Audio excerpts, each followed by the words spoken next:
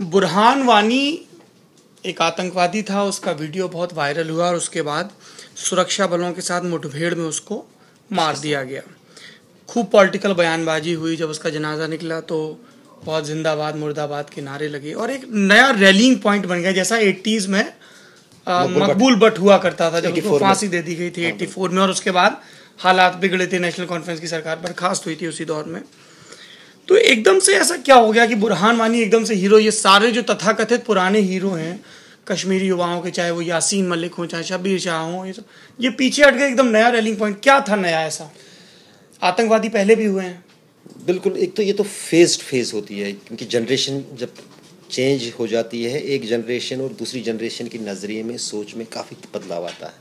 और कहीं ना कहीं अगर हम कहें कि दुनिया में या देश में युवाओं का एक बड़ा ये रहा है कि युवा ही चेंज लाते हैं किसी सिस्टम, चाहे राजनीति हो, चाहे फिर कोई एजुटेशन हो या कोई बदलाव की हो।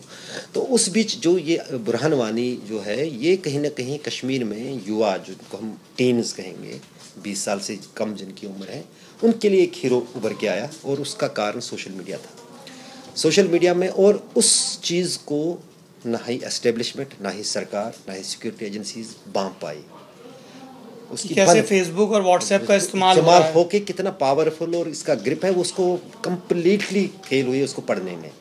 उसकी वजह ये है कि जिस दिन बुरहान वानी मारा गया था, I was the first person जिसने इसको रिपोर्ट किया, जिसने ये खबर की, जो उस जगह की तरफ जा रहा था। मेरा पहला सवाल सेना के एक बड़े कमांडर जो जिनके तहत वो इनकाउंटर हुआ था जिसमें बुरहान वानी मारा गया था, मैंने उससे एक सवाल पूछा था, ऑन रिकॉर्ड है, हमारा चैनल चला भी चैनल पे।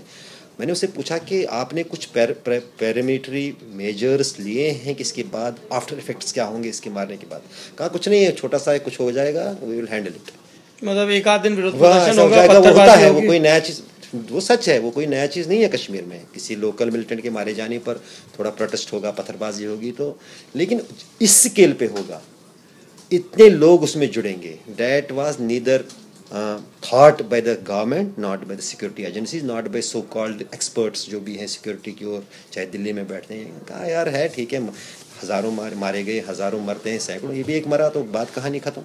तो उन्होंने उसको कम्प्लीटली मिसलीड किया। और उसके बाद फिर उसका आफ्टर रिजल्ट आपको पता है, तब से 8 जुलाई 2016 से अब हम जुलाई 2017 में, एक साल में तो पूरी तरह से कश्मीर का जो चेंज है, मैं इतने साल के जर्नलिज्म के बाद कहता हूँ कि ये साल जो था, it was the baddest year, not only जितने भी सिक्योरिटी पैरामीटर्स हैं उनको छोड़कर, आम लोगों के लिए भी, जितने बंद रहे, जितने क्लैशेस रहे, जितनी वोलेटाइल कश्मीर, पत्थरबाजी, टेंशन, हंगामा और डेथ्स, इनफैक्ट सेना के कारवां पे हमला, इस साल में, और सिविलियन किलिंग्स। अब देख लीजिए, बुरहान वानी के मारे जाने के बाद 100 जो वो अनरेस्ट का एक लंबा पीरियड सबसे बड़ा कश्मीर के इतिहास में रहा, उसमें करीब 150 के करीब लोग भी मारे गए, जिसमें बदकिस्मती से 80% जो थे, they were between the age group of 15 to 20।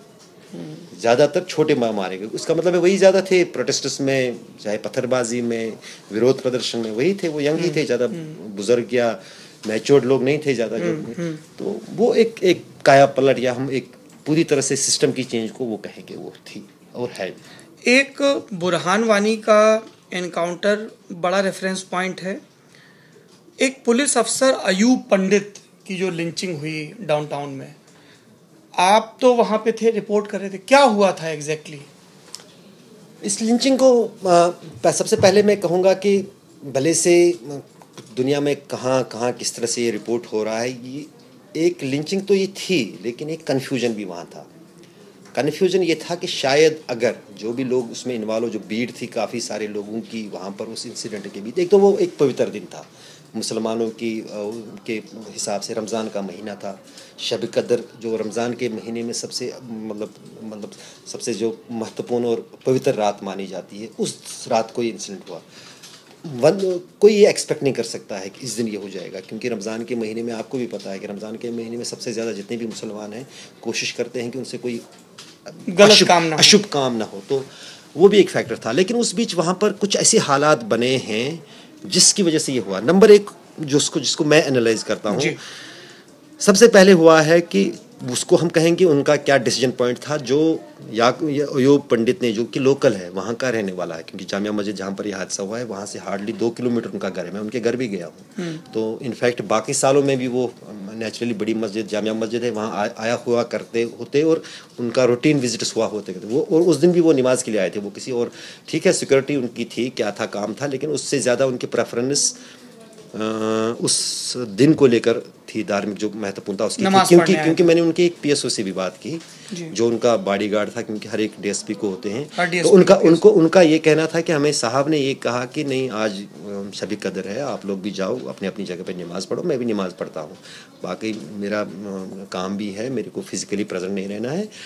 एक तो वो सिविल्स में था, नंबर 1 सिविल ड्रेस में था। Number 2 naturally as per his protocol उसने पिस्टल साथ रखी थी। तीसरी बात, जब उस पर 1 या 2-4 लोग, हो सकता है मतलब वो कुछ एंटी नेशनल एलिमेंट वो थे जिनके साथ पहला उनका आमने सामना हुआ, उस पहचान का फ़र्क रहा, क्योंकि कहते हैं मेरा जो आई विटनेस कहते हैं जब वो नमाज़ पढ़ रहा था किसी को उसकी पिस्टल पे नज़र पड़ी जो उसके इसमें बैग में था। उसके बाद उसके पीछे कुछ युवा छोटे छोटे 2-4 लोग दौड़े, जो पुलिस का भी अब कहना है कि कहा कि तुम कौन हो क्या हो। वो थोड़ा सा उसको रिस्पॉन्ड करने में थोड़ा टाइम लगा, उसको जज करने में क्या बोलूँ यहाँ इनको क्या बोलूँ, अनसिक्योर सा उसको, उधर से एक भीड़ काफ़ी थी, वो समझ नहीं पाया मैं इनको क्या बोलूँ, मैं कौन हूँ क्या हूँ, मेरे पास क्यों पिस्टल है। और जब भीड़ जमा होती है वहाँ पर कोई भी इंसान कन्फ्यूज़ होता है, कोई कहता है कार्ड दो तुम क्या हो, कोई कहता है तुम आईबी के एजेंट हो, कोई कह रहा है उससे तुम आर्मी के एजेंट हो, कोई कह रहा है कि तुम यहाँ से आए दिल्ली से आए हो, कोई कह रहा है, मतलब इस तरह से जितनी मुँह उतनी बातें, उस पर सवालों का वार हुआ, उसको कुछ समझ नहीं आया मैं क्या करूँ। उसने फायर किए 2 हवा में अपने के लिए, वो बदकिस्मती से 2 लोगों को लगे सामने। वो भी एक कहानी है, वो भी फैक्ट है, वो भी थोड़ा सा पूरी तस्वीर को देखना पड़ेगा। 2 लोगों को जब उसने फायर किया तो फिर आसपास जो लोग थे वो तो बेकाबू हो गए, जिसको जो मिला तो वो जैसे रिपोर्टिंग हुई थी कि अयूब पंडित ने सेल्फ डिफेंस में फायर किया जब लोग हमला, लेकिन भीड़ में कौन सेल्फ डिफेंस मानेगा। मतलब अब आप मान लीजिए एक तरफ से कोई कह रहा है फायर है, तो वहाँ पर जो कोई कह रहा है कि इंडियन एजेंसी ने फायर किया, कोई कह रहा है आर्मी वाले ने फायर किया, कोई कह रहा है इसने फायर किया, मतलब फिर कोई मतलब जब कहीं पर, ये तो आम होता है कहीं पर भी, ये एक जगह की बात नहीं है, जब भीड़ हमेशा बेकाबू होती है, 50 लोग 100 लोग 1000 लोग किसी भीड़ में है, वहाँ पर किसी को समझाना कौन क्या कर रहा है, वो तो हम आए दिन तो वो होता है। लिंचिंग विंचिंग क्या है, ये तो यही है, बेकाबू भीड़ है। अब 10 लोग हैं, अब सभी कहेंगे कि वहाँ पर पूरा जो एरिया है या पूरा मार्केट है वो सिर्फ इसी में बिलीव करता है कि कोई भी आए उसको पीट के मार दो। एक कोई बात कह रहा है, कोई समझता नहीं, कोई सुनने का मौका नहीं लेता है। तो it was one of like those incidents what we are witnessing across the country now. उसी तरह का एक हादसा ये भी आप मान लीजिए था। वो जो कन्फ्यूजन और इसका था उसमें उसकी बदकिस्मती से जान गई। क्या आफ्टर इफेक्ट रहा अयूब पंडित की उसका, कि पुलिस ज़्यादा रिटेलिएटरी मोड में आ गई, या लोगों में कुछ दिनों रहा कि यार ये गलत हो गया? रिएक्शन क्या था लोगों के बीच जब पता चला कि पुलिस ऑफिसर था, नमाज पढ़ने गया था? रिएक्शन का लोगों का यही था, लोगों में गुस्सा था। और कश्मीर के कल्चर, अगर हम कश्मीरियत की बात कर रहे हैं, जो हम कुछ देर पहले बात कर रहे थे, कश्मीर में एक चीज़ तो कोई भी ये इसमें कोई चैलेंज नहीं कर सकता है देश में, कि कश्मीरियत जो है उसके उसूल हैं वो कभी भी जिंदा है। वो अमरनाथ यात्रा के अटैक के बाद भी दिखा, जब यात्रियों पर अटैक हुआ, एक तो हर एक लेवल पे वो कंडम हुआ, चाहे अपोजिशन की पार्टियां थी, चाहे सेपरेटिस्ट थी, चाहे बाकी पार्टियां थी, नंबर 1। नंबर 2 फिर जो एटीट्यूड कश्मीर के लोगों का रहा। जब ये इंसिडेंट हुआ, सबसे पहले अगर आपने स्टेटमेंट सुना होगा, उन जो इंजर्ड यात्री थे उनने कहा कि हम गांव में पास पहुंचे, उन्होंने हमें पानी पिलाया, कहा कि क्या करेंगे, फिर हमें लोकल हॉस्पिटल में लिया गया, वहाँ लोकल डॉक्टर आए, लोकल लोग ब्लड डोनेट करने के लिए पहुँचे, कितना खून ज़रूरत है, तो हर एक ने उसको कंडम किया जो भी है। तो वो चीज़ अभी ज़िंदा है। और वो उस दायरे में, उस कश्मीरियत के मामले में हर एक ने अयूब पंडित की लिंचिंग को भी कंडम किया, क्योंकि एक तो वो भले से उनकी प्रोफेशन अलग अलग है, आपका प्रोफेशन एक है, मेरा प्रोफेशन एक है, पुलिस वाला जो कश्मीर का ही है, आर्मी वाला जो कल मारा गया वो भी कश्मीर का ही है। वो तो कहीं ना कहीं अब ऐसा दिखता है कि ये अब सीधे सीधे आइडियाज़ की लड़ाई बन गई है। एक तरफ से एक विचारधारा है, दूसरी तरफ से दूसरी विचारधारा है, जिसके बीच में वो लोग फंसे हैं जिनकी कोई विचारधारा ही नहीं। बहुत सारे लोग ऐसे भी हैं जिनकी कोई विचार, जिनका मतलब है अपने रोजी रोटी से, अपने रहन से, कौन पॉलिटिक्स क्या करता है, वो भी बहुत सारे लोग हैं जिनको कोई इस पे नहीं है। तो उसमें वो फंस गए हैं। और एक तरफ से एक हार्ड लाइन की विचारधारा, दूसरी तरफ से दूसरी नेशनल जो नेशनल लाइन ले रहे हैं उनकी विचारधारा, जिनको हम कहेंगे नेशनलिस्ट। तो बीच में वो जिनको किसी विचारधारा से मतलब नहीं, कहीं ना कहीं वहीं पर उलझा है कश्मीर। मानी साहब, कई लोग ये कहते हैं कि जब तक मुफ्ती मोहम्मद सईद थे तब तक हालात काबू में थे, और उनका इंतकाल हो गया, उनकी बेटी महबूबा मुफ्ती आई, बीजेपी के साथ अलायंस में गवर्नमेंट बनी थी। इन सब चीज़ों की वजह से हालात ज़्यादा ख़राब हो गए। आप वहाँ ज़मीन पे हैं और एनालिसिस करने वाले यहाँ टीवी डिबेट्स में और अखबारों में लिखते हैं, लेकिन चूंकि आप वहाँ देख रहे हैं फर्स्ट हैंड और 20 साल से देख रहे हैं, है ना, आपका क्या मानना है कि क्या ये पीडीपी बीजेपी की वजह से हुआ या और गलतियाँ भी रही? पीडीपी बीजेपी की वजह से नहीं हुआ, क्योंकि ये हम कहेंगे कि रीजनल एस्पिरेशंस या Kashmir aspirations versus national aspirations, ये एक्सपीरियंस फर्स्ट टाइम का नहीं है। ये एक्सपीरियंस कश्मीर में पहले भी हुआ है। आप देखेंगे कि नेशनल कॉन्फ्रेंस की जब मेजॉरिटी वाली हुकूमत शेख अब्दुल्ला के बाद नहीं बनी तो उन्होंने गठजोड़ कांग्रेस के साथ किया जी।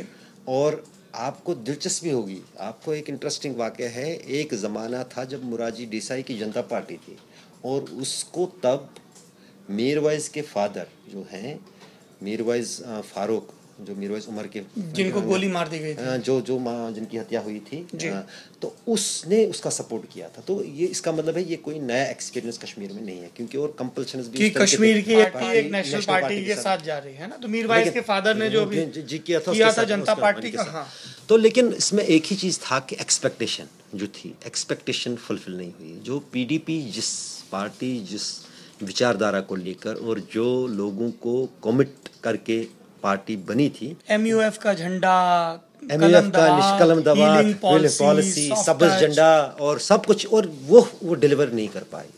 उन्होंने ये वाली सरकार क्योंकि उन्होंने एक प्रॉमिस किया लोगों को। मैंने इलेक्शन कैंपेन पूरा कवर किया, पहले भी किया। तो जो बातें लोगों के बीच में महबूबा मुफ्ती और उसके नेता कर रहे थे, हम ये करेंगे, हम वो करेंगे, क्या करेंगे, मतलब उसमें देखिए उन्होंने साफ कहा था, उनके 4-5 पॉइंट्स थे। नंबर 1 जो कहते थे वो self rule means a kind of autonomy, वो उनका पहला प्रोजेक्ट था। हमारी सरकार आएगी, हम सेल्फ रूल को यहाँ पर करेंगे। सेल्फ रूल मीन्स जो कश्मीर में जो भी राजनीति चलेगी उसमें दखल कोई दिल्ली का नहीं होगा, अपने तरीके से चीज़ें तय होगी। पाकिस्तान के साथ बहुत अच्छे रिलेशंस, यहाँ तक कि जब मुफ्ती मोहम्मद सईद की सरकार बीजेपी के साथ बनी, पहले प्रेस कॉन्फ्रेंस में ने कहा शुक्रिया पाकिस्तान का किया, जिस पर काफ़ी बवाल हुआ। Number 3 soft policy toward separatists and militants, not only separatist but even militants means local militants. उनका ये था कि हम इनको कोशिश करेंगे, इनको मुख्यधारा में लाने के लिए, मारदाड़ नहीं होगी, ये नहीं होगा, जाति नहीं होगी, पुलिस जो है ये नहीं करेगी। तो ये सभी चीज़ें जो है इन सभी फ्रंट्स पे कहीं ना कहीं फिर कंपल्शन कहें, मजबूरी कहें की वजह से महबूबा मुफ्ती की सरकार डिलीवर कश्मीर में नहीं कर पाई। इसी यही वजह है जो सबसे कम परसेंटेज वोट एलिनेशन जो कश्मीर में हुई है लोगों की, वो फिर विजिबल हुआ जो पिछले दिनों विधानसभा के, लोकसभा के, अनंतनाग के बाई इलेक्शन में वो तो कैंसिल ही हुए। श्रीनगर वाले में इलेक्शन प्रतिशत रहा और हिस्ट्री में इलेक्शन में सबसे कम परसेंटेज किसी भी चुनाव में कश्मीर में रहा। तो दैट इज हिस्ट्री इटसेल्फ। मुझे नहीं पता कि आपसे, चूंकि आप लोगों के इंटरव्यू करते हैं ना, आप जर्नलिस्ट हैं, तो आपसे कभी किसी ने ये सवाल पूछा कि नहीं, पर हम पूछ रहे हैं क्योंकि लल्लन टॉप वाले कुछ भी बोल देते हैं। सॉल्यूशन क्या है वाणी साहब? क्या करना चाहिए सरकार को ताकि सैनिक ना मरें, ताकि कश्मीर के युवा हाथों में पत्थर नहीं किताबें लें, कंप्यूटर लें, जिसकी बात नरेंद्र मोदी अपनी तकरीर में करते हैं कि हाथ में पत्थर क्यों हो, वो लोग भी नौकरी करें। जैसे दिल्ली में, कानपुर में, पटना, रायपुर में, इंदौर, बेंगलोर में पढ़ने वालों का एक सपना होता है ना कि मैं एक अच्छी जॉब करूं, अपने माँ बाप को बुढ़ापे में सहूलियतें दूं, एक अपनी पसंद के लड़के या लड़की शादी करूं, घर बनाऊं, है ना, सुकून की ज़िंदगी जीऊं। और जो सुरक्षा का काम है वो पुलिस का हो, है ना। कश्मीर वाले भी ऐसा चाहते होंगे, है ना। और आपने तो वो दौर देखा है 80, जिसके आप युवा हैं, आप IIT BHU पढ़ने गए, फिर आपने अपनी मर्जी का पेशा चुना, पत्रकार बने। पर ऐसा क्यों नहीं हो पा रहा है? क्योंकि ये तो मेरे ख्याल से किसी भी पढ़े लिखे आदमी को खुशफहमी नहीं होगी कि वो बंदूक के जोर पर एक इतने बड़े स्टेट को हरा सकता है। हिंदुस्तान जिसके पास इतनी बड़ी फौज है, इतने संसाधन हैं। तो बिल्कुल सच है, आपने सही कहा कि बदकिस्मती ये है कि कश्मीर को लेकर जो है हमेशा से जो पॉलिसी रही है गवर्नमेंट ऑफ इंडिया की, कोई सिंसियर नहीं इसमें रहा। चाहे फिर हम 47 से इंदिरा गांधी, नेहरू, फिर उसके बाद जो राजीव गांधी, उसके बाद जो फिर मनमोहन सिंह के 10 साल थे यूपीए गवर्नमेंट के, और अब मोदी के, कई सारे लोग कहते हैं कि मोदी गवर्नमेंट के आने से ये हुआ, मैं ये बिल्कुल नहीं मानता हूँ। मैं ज़ाती तौर पर ये मानता हूँ कि ये सबसे बड़ा बैगेज जो है ये कांग्रेस को जाता है। कांग्रेस ने कभी जब मौके थे पहल नहीं की, उन्होंने हमेशा इसको ठंडे बस्ते में डाला। और ये जो मैंने आपको कहा कि ये अनुमान लगाना या ये प्रिडिक्ट करना कि ये सिचुएशन क्या जा रही है, ये कभी उन्होंने जज किया। और उसमें सबसे बड़ा जो तीर था या सबसे बड़ा जो मिसचीफ था, अब इस हिस्ट्री में जबकि हालात सुधर रहे थे, 90s में इतना बड़ा दौर देखने के बाद धीरे धीरे चीज़ें पटरी पे आ रही थी, उसमें जो last stroke government of India की तरफ से था, उसके लिए रिस्पॉन्सिबल मैं मानता हूँ ज़ाती तौर पर भी और एज ए जर्नलिस्ट भी कांग्रेस को। क्योंकि अफजल गुरु की जो फांसी थी वो अखबारों ने भी उस पर लिखा, उस पर ये हुआ, वो एक ऐसा सेटअप था जो एक पॉलिटिकल गेन के लिए कांग्रेस ने प्ले किया, क्योंकि उन पर प्रेशर था पोजीशन का, उसमें नो डाउट है। तो उनको लग रहा था कि शायद इससे उनकी पॉलिटिकल क्रेडिबिलिटी हो जाएगी और उनका जो विरोध है बीजेपी या जो अपोजिशन में जो उनका, वो ख़त्म हो जाएगा। लेकिन उसमें वो बुरी तरह फंस गए। दैट वाज फर्स्ट ट्रिगर, वो पहला वाला ट्रिगर था। उसको किसी हद तक उस तरह से मैनेज किया, लेकिन कहीं ना कहीं एक मैसेज उसका गलत गया, भले से लोग माने या न माने। क्योंकि जो तरीका ठीक है, हमारे देश की सबसे बड़ी ताकत जो है वो डेमोक्रेसी है, ओपन जस्टिस सिस्टम है, कोर्ट्स हैं, हर एक को अपनी, वही तो डिफरेंस है इंडिया की, वही एक, इसीलिए हम पाकिस्तान या तालिबान नहीं हैं जी। तो उस चीज़ में कई सारे जो समझदार भी लोग हैं, उनको लगा कि ये जो प्रोसेस की गई इसमें कहीं ना कहीं पॉलिटिकल इंटरेस्ट की बू आ रही है। अफजल गुरु के ट्रायल में वो महबूबा मुफ्ती ने बार बार कहा, मंच पे कहा, एज अपोजिशन लीडर कहा, अब तो भूल गई, लेकिन जब चीफ मिनिस्टर भी या जब मुफ्ती साहब चीफ मिनिस्टर तब भी ये कही, उन्होंने ये बातें कहीं कि कुछ सवाल हैं जो कोई भी पूछ सकता है। आखिर इस सीरियल नंबर पर अगर उसकी फांसी है, इतनी जल्दी क्या सबको उठा के उसको सामने बाईपास करके सब, तो उसके बाद उसको फेयर ट्रायल जो है, अगर उसको ये मिल सकता था, वो ये क्यों नहीं हुआ? और क्या फिर किसी को फांसी देने के बाद आतंकवाद या टेररिज्म खत्म हो जाएगा? तो नंबर एक वो थी। और नंबर दूसरा जो है, 10 साल जो यूपीए के थे, उन्होंने कोई पहल नहीं की। अब तो बिल्कुल ही नहीं हो रही है। तब भी जो कश्मीर में restoration of peace by the dialogue, by the means, जो वाजपेयी ने एक दौर शुरू किया था 2000 में, उसको पूरी तरह से मिस किया। उसको यूपीए सरकार के 10 साल में पूरी तरह से मिस किया गया। और यही समझा गया शायद जो टैक्टिक्स अपनाए जाते हैं कश्मीर में, थोड़ा सा प्रेशर करने के, फोर्स के सख्ती करने के, मिलिटेंसी के खिलाफ एग्रेसिव होने की, उससे एक प्रॉब्लम सॉल्व हो। जबकि ताज्जुब की बात है कि मनमोहन सिंह बार बार अपनी प्रेस कॉन्फ्रेंस में यही बोलते रहे कि काश मैं जो अब पाकिस्तान के हिस्से में चला गया है, मेरा गांव, वहां जा सकूं। पर 10 साल के उनके शासनकाल में, जबकि वाजपेयी जो हार्ड लाइनर माने जाते हैं, जिन्होंने करगिल की लड़ाई में मुशर्रफ को दूसरे पाले में थे, हम लोग जीते, अपने हिस्से का कब्जा वापस, उसके बावजूद हुर्रियत के लोगों से सबसे बातचीत करते रहते थे और लग रहा था कि चीज़ें ठीक हो रही हैं। तो उस यूपीए जो थी, 10 साल वेस्ट हो गए। तो आपको फाइनल में जो आप कह रहे हैं कि आखिर ये क्या वजह है, उसकी एक मुख्य वजह अगर ये माने कि कश्मीर जो है कहीं ना कहीं पाकिस्तान की पूरी राजनीतिक का अखाड़ा एक है, या एक सेंटर का एपिसेंटर कहें कि अगर कश्मीर की बात पाकिस्तान में की जाती है, एक रैलिंग पॉइंट के तौर पर, हाँ, तो बाकी सब मुद्दे छूट जाते हैं, पीछे छूट जाते हैं। चाहे फिर पानामा लीक हो, चाहे फिर उनकी अपनी इंटरनल प्रॉब्लम्स हो, चाहे उनकी पॉवर्टी हो, इकोनॉमिक क्राइसिस हो, वो सब वो लोगों के बीच में किनारे करवाते हैं कश्मीर को पकड़ के। और कहीं ना कहीं हमारी देश की राजनीति में भी नेशनल लेवल पे कश्मीर भी एक राजनीतिक एक पॉइंट है, वो मानना पड़ेगा। उसको चाहे कांग्रेस हो, चाहे भारतीय जनता पार्टी हो, या चाहे कोई भी नेशनलिस्ट पार्टी हो, जो नेशनल में जिसकी गवर्नमेंट हो या गवर्नमेंट की आशंका हो, उसके लिए कश्मीर एक पॉलिटिकल पॉइंट है ही। और उसको उसी हिसाब से वो देखती हैं वो पार्टियाँ, और वो उस पॉलिटिकल सोच से बाहर कोई मतलब आउट ऑफ बॉक्स करके कोई नहीं लाता है कोई प्लान कि चलो जिसमें शायद वो ऐसा स्टैंड ले जो जिसमें देश में मैक्सिमम लोगों की जिसमें जो आलोचना हो कि ये फैसला इस सरकार या इस नेता ने क्यों किया है। शायद वही चीज़ इन दोनों पार्टी, चाहे पाकिस्तान हो या भारत हो, उनको रोकती है कश्मीर में किसी मुद्दे या किसी समझौते की ओर बढ़ने के लिए। तो वही कारण है। एक आखिरी सवाल, आप पत्रकार हैं, आतंकवादियों से मिलते हैं, सेपरेटिस्ट से मिलते हैं, फौज के लोगों से मिलते हैं, पुलिस नेता, कभी आपको बानी साहब धमकी नहीं दी गई कि इसको ऐसे मत दिखाओ, वैसे मत दिखाओ, आतंकवादियों की तरफ से या एस्टेब्लिशमेंट की तरफ से? बिल्कुल, आप बिल्कुल सही कह रहे हैं। देखिए, मैं आपको बताऊंगा कि कम लोग, शायद मैक्सिमम लोग जो देश में होते हैं वो समझते हैं शायद आतंकवादी ही इनके लिए सबसे बड़ा खतरा है। लेकिन इस तरह की सिचुएशन में, जिस जगह में मैं काम कर रहा हूँ और 20 साल से कर रहा हूँ, वहाँ पर आपका हर एक दुश्मन है, क्योंकि यही नहीं है सिर्फ आपको मिलिटेंट ही आपको धमकाएंगे क्योंकि उनके पास गन है।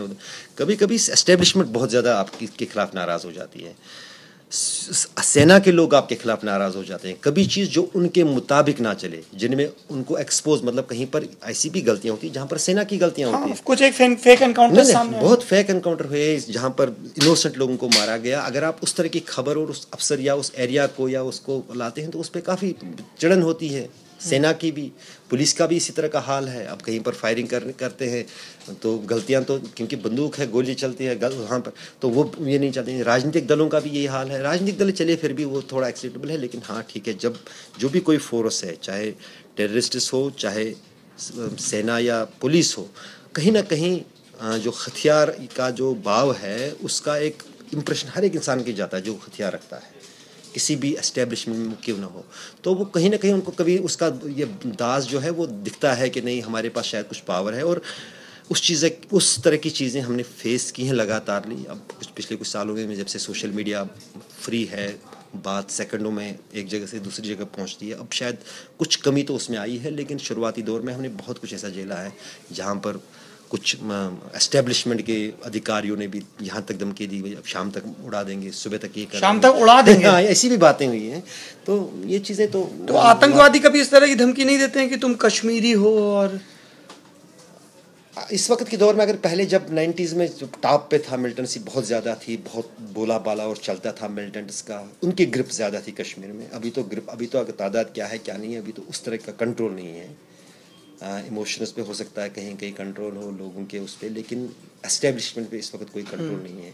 तो इस वक्त उनके लिए काफ़ी मुश्किल है इस वक्त तो इस तरह की धमकी देना या उनके वो 90s में कभी कोई वाकया बताइए। 90s में बहुत होता है। 90s में हमें ये मुझे याद है कि जिस दिन वो तब मैं अगर आपको बताऊं 96-95 में साफ होता था कि आदेश टाइप का एक आता था अखबारों में, खासतौर से लोकल अखबारों में आतंकवादियों का आदेश छपता था।